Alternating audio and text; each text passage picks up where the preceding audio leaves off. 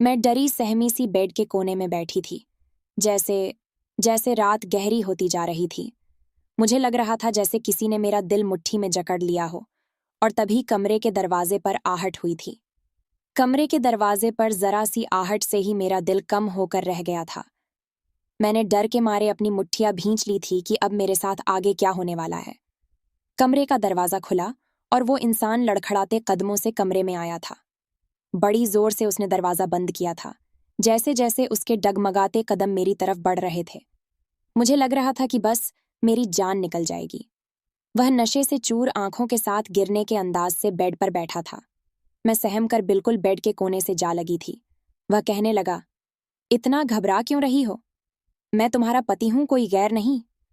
तुम्हें बहुत रीति रिवाज कानून याद आते थे मुझे देखकर।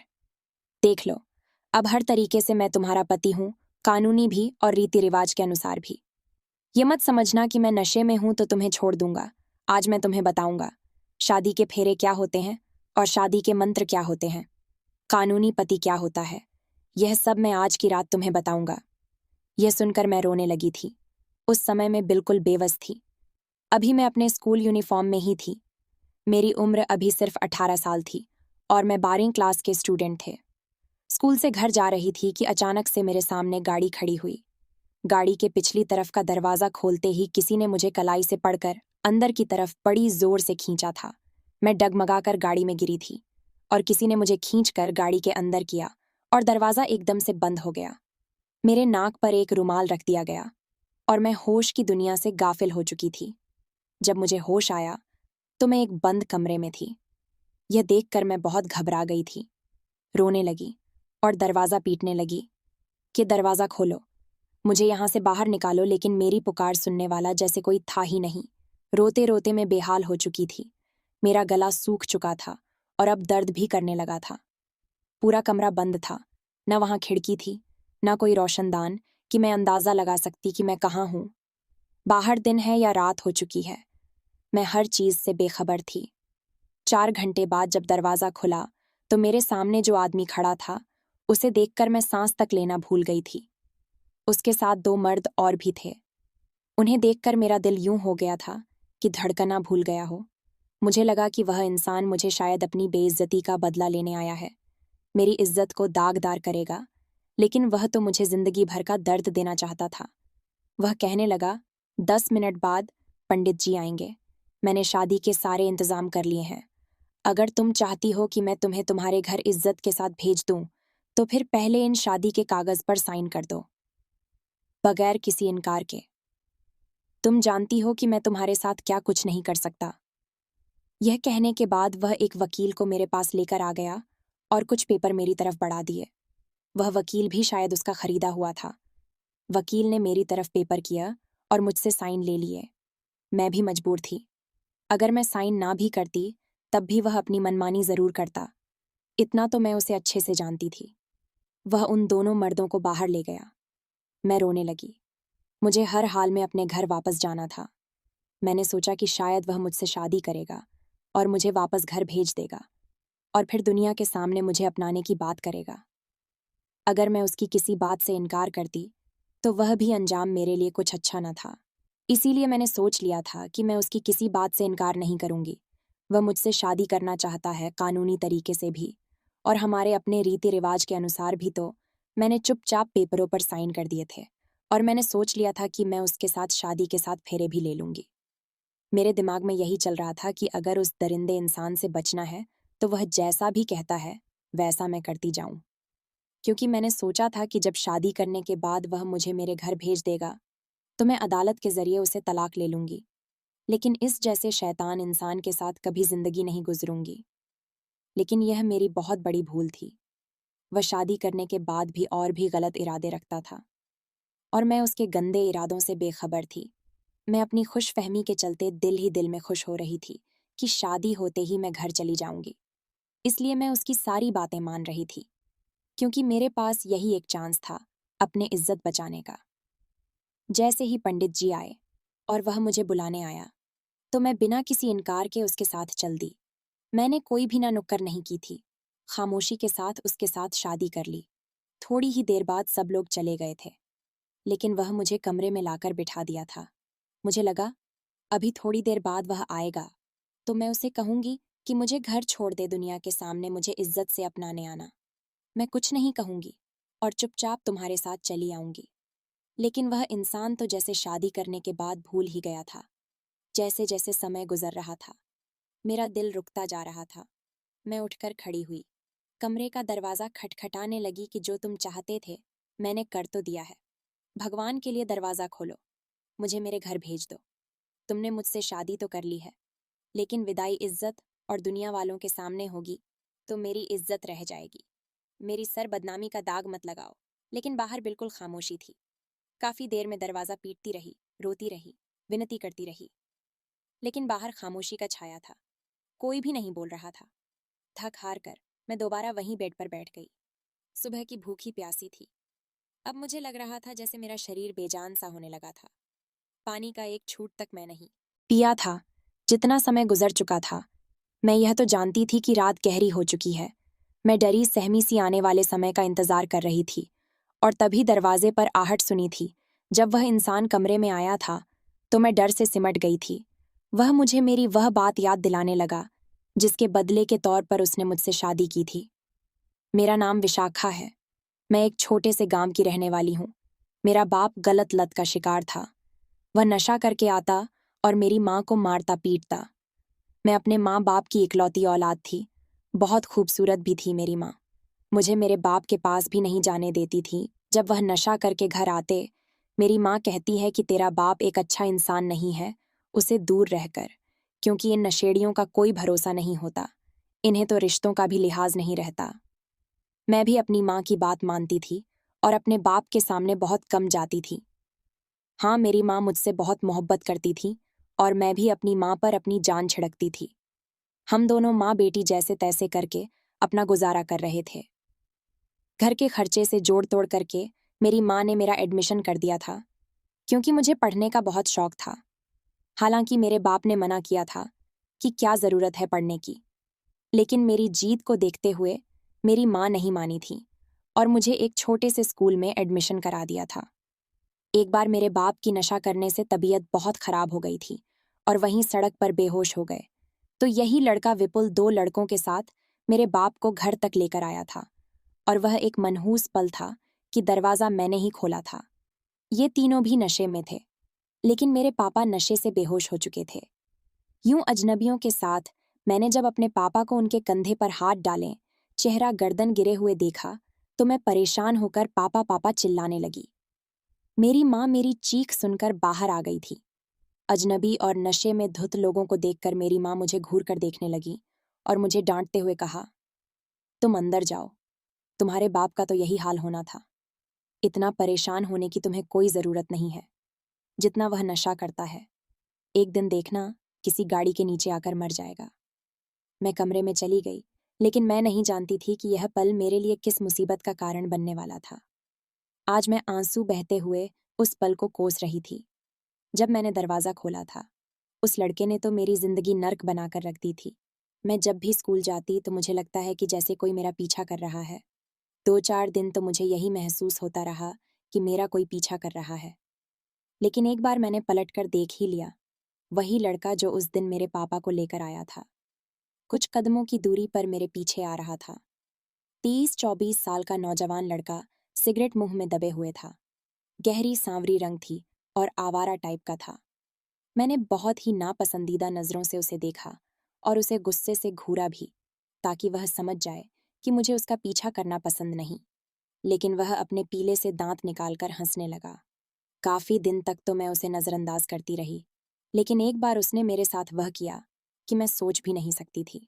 मैं स्कूल से बाहर आई तो वह सामने खड़ा था। मैंने उसे नजरअंदाज किया और घर की तरफ बढ़ गई। मेरा स्कूल घर से बहुत दूर नहीं था, लेकिन 15 मिनट की दूरी पर था।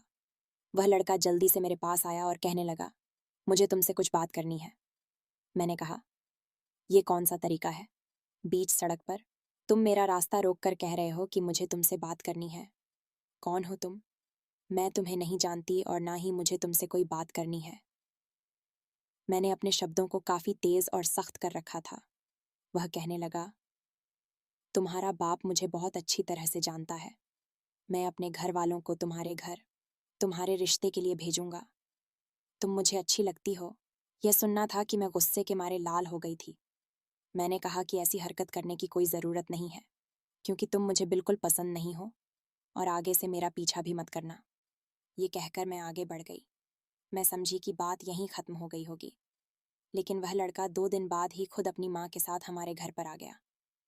मेरे पापा उस समय घर पर ही थे। मेरे पापा उसे जानते भी थे, इसलिए उसे घर आने से रोका नहीं। वह अंदर आ गया और बहुत ही धड़ल्ले से अंदर पड़ी कुर्सी पर बैठ भी गया।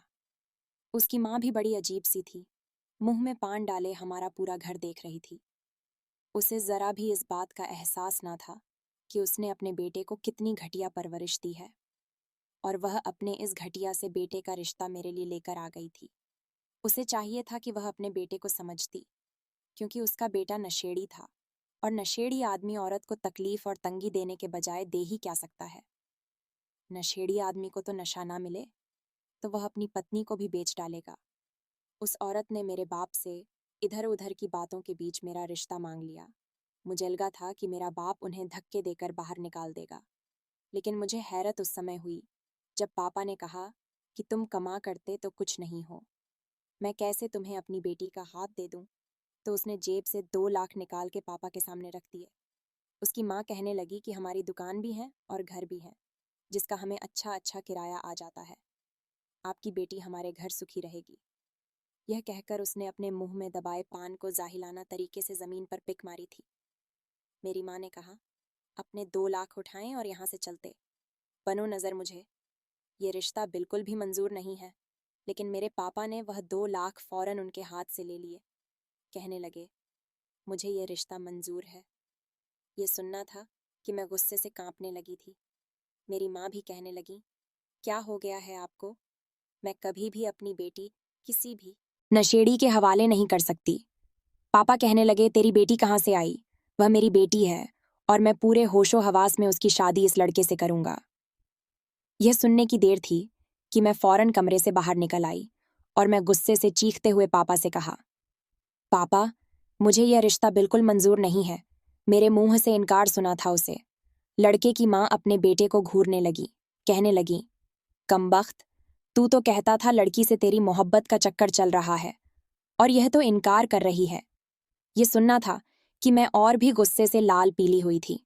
मैंने कहा, मैं इस जाहिल गवार को बिल्कुल भी पसंद नहीं करती। बेहतर है कि आप लोग यहाँ से निकल जाएं।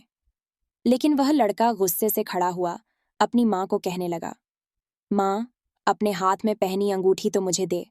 मैं इसे बताता हूँ कि मैं क्या कर सकता हूँ। इसकी हिम्मत कैसे हुई मेरे लिए इनकार करने की? आखिर मुझ में ऐसी कौन सी कमी है?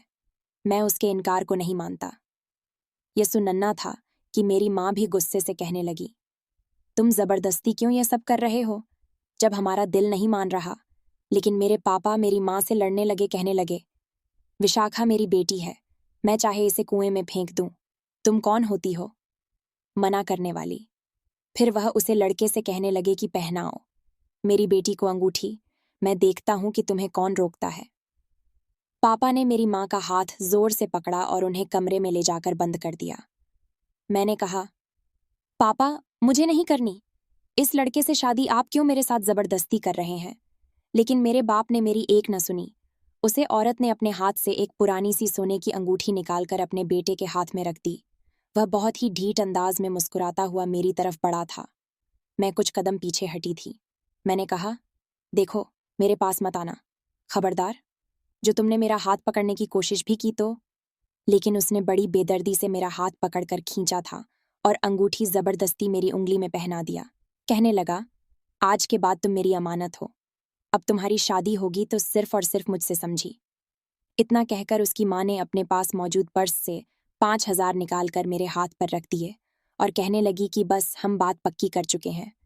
अगले हफ्ते आएंगे और हम अपनी बहू को अपने घर ले जाएंगे। मेरे पापा तो उन 2 लाख को बार बार गिन रहे थे और खुश हो रहे थे।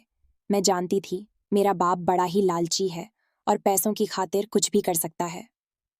मेरी माँ दरवाज़ा खटखटा रही थी। मैंने आगे बढ़कर दरवाज़ा खोल दिया। मेरी माँ तो सर पीट कर रह गई थी। वह मेरे बाप को धक्का देकर बोली, तुम कैसे बाप हो?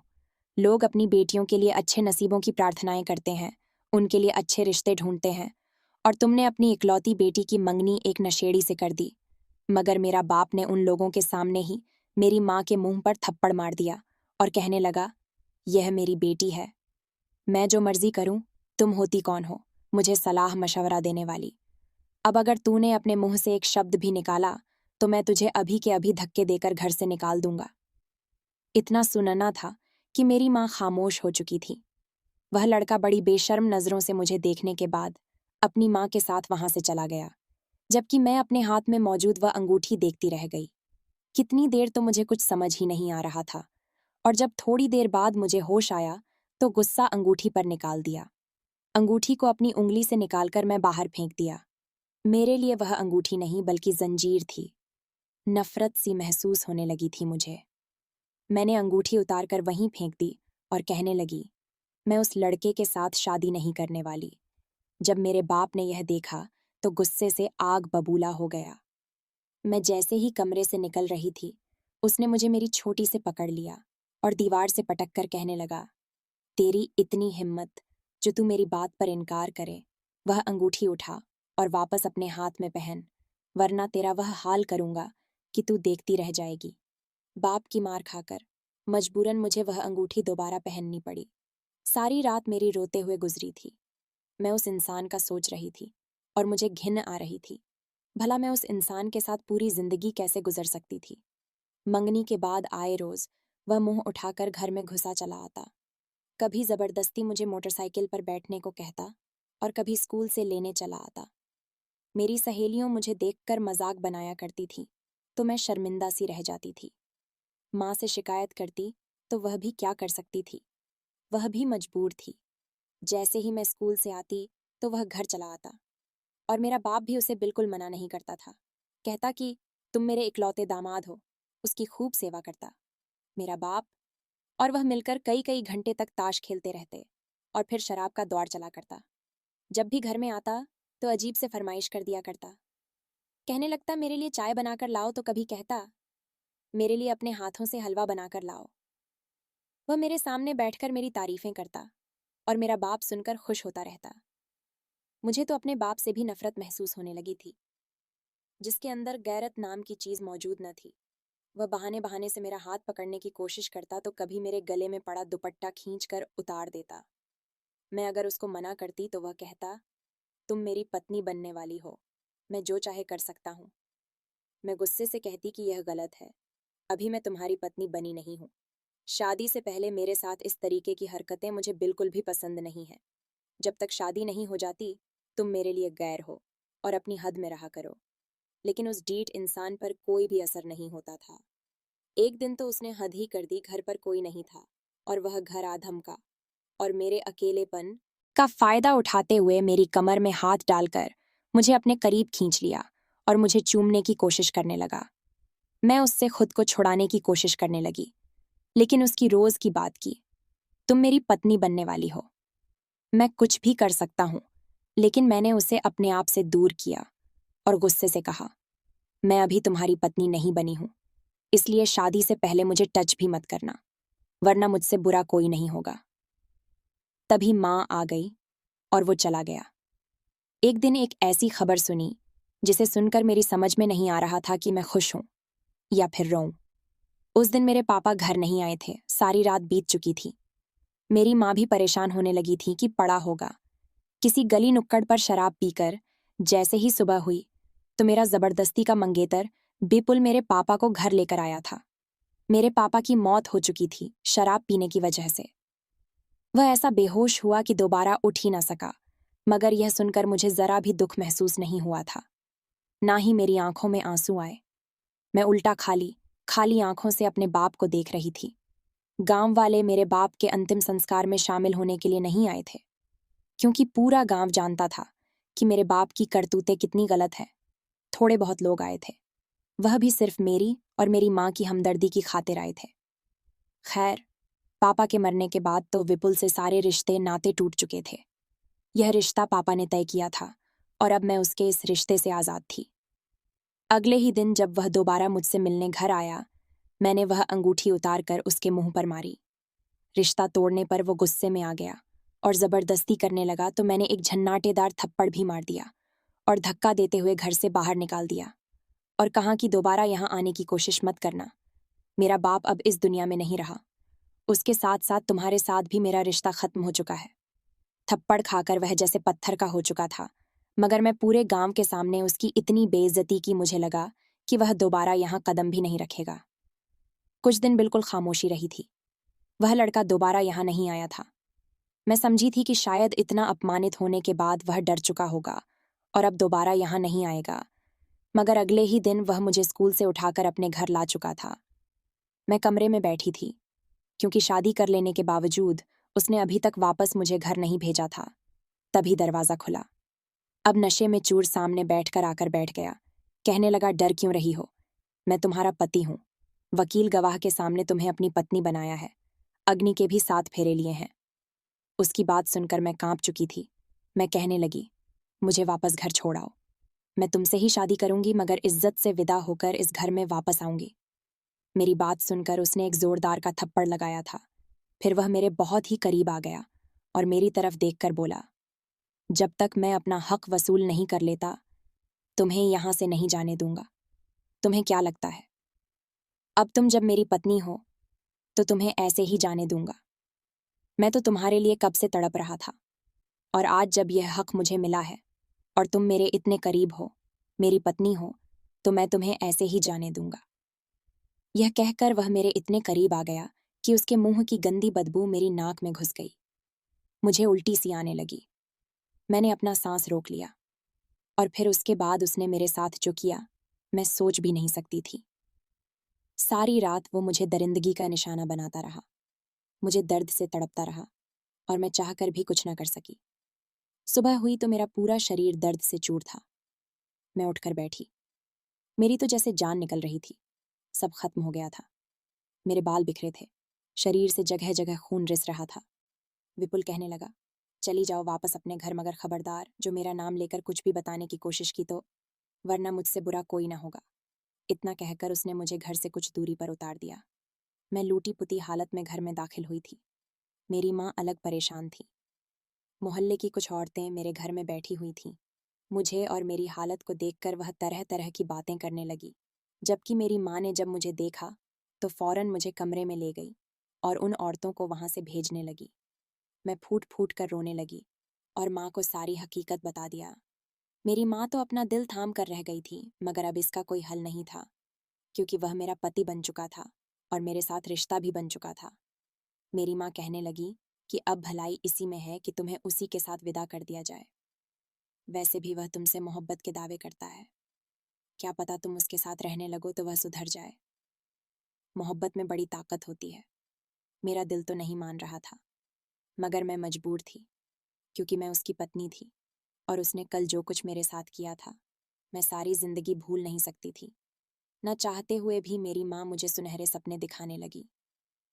मोहल्ले वालों ने हमारे घर आना शुरू कर दिया था। पूरे मोहल्ले में यह खबर फैल गई थी। बहाने बहाने से औरतें हमारे घर आती। मैंने भी किसी से कुछ नहीं छुपाया था। पूरे गांव में यह खबर फैल गई थी। सब विपुल पर थू थू कर रहे थे, लेकिन उसके डर की वजह से कोई कुछ नहीं बोलता था। पूरा गांव जानता था कि विपुल कितना गिरा और घटिया इंसान है।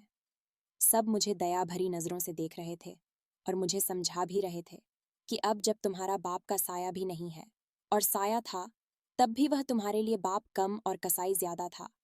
तुम अकेली तन्हा माँ बेटी उसका मुकाबला नहीं कर सकती। इसलिए ऐसा करो, चुपचाप उसी के घर में उसकी पत्नी बनकर रहो।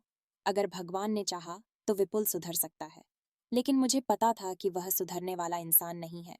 मेरी माँ भी मुझे समझती कि अब हमारे सर पर किसी का भी हाथ नहीं है, हमें किसी का सहारा नहीं है। तुम्हारा बाप तो मर चुका है, जबकि विपुल अच्छा खाता कमाता है, तुम्हें खुश रखेगा। इतना कहने के बाद मेरी माँ ने अपने आंसू पोंछ लिए। कुछ ही दिन बाद विपुल वापस आया और कहने लगा, आज से मैं यहीं रहूंगा। मेरी माँ भी कहने लगी, ठीक है, इस बहाने घर में एक मर्द भी मौजूद रहेगा। उसका रवैया शादी के बाद भी बदल ना सका। वह मेरे साथ यूं ही बदसलकी किया करता था। मैं उसकी पत्नी थी, मगर उसके बावजूद वह मुझे इतनी तकलीफ देता था कि मैं दर्द और तकलीफ को सहते सहते पीली पड़ गई थी। जैसे जैसे रात के अंधेरे बढ़ने लगते थे, मेरा दिल अंदर से सूखे पत्ते की तरह कांपने लगता था। शादी के जो नए नए दिन होते हैं, उसमें लड़की गुलाब की तरह महकने लगती है, क्योंकि पति उसका उसे फूलों की तरह रखता है। लेकिन मेरी किस्मत में शादी के नए दिनों की यह बहारें नहीं थी। वह मेरे ऊपर हर रात को जुल्म करता था, मुझे इतनी तकलीफ और दर्द देता था कि मैं तड़प उठती थी। मैं अपनी माँ को बताती तो मुझे सब्र करने को कहती। मेरी हालत बहुत खराब हो चुकी थी। विपुल बेरोजगार था, उसके पास कोई नौकरी न थी। हाँ, उसका खुद का मकान और कुछ दुकान थी जिनका किराया आ जाता था। वह पूरा दिन कोई काम नहीं करता, सारा सारा दिन घर पर पड़ा रहता था। और मुझे एक दिन यह खबर भी मिल गई कि मैं प्रेग्नेंट हूँ।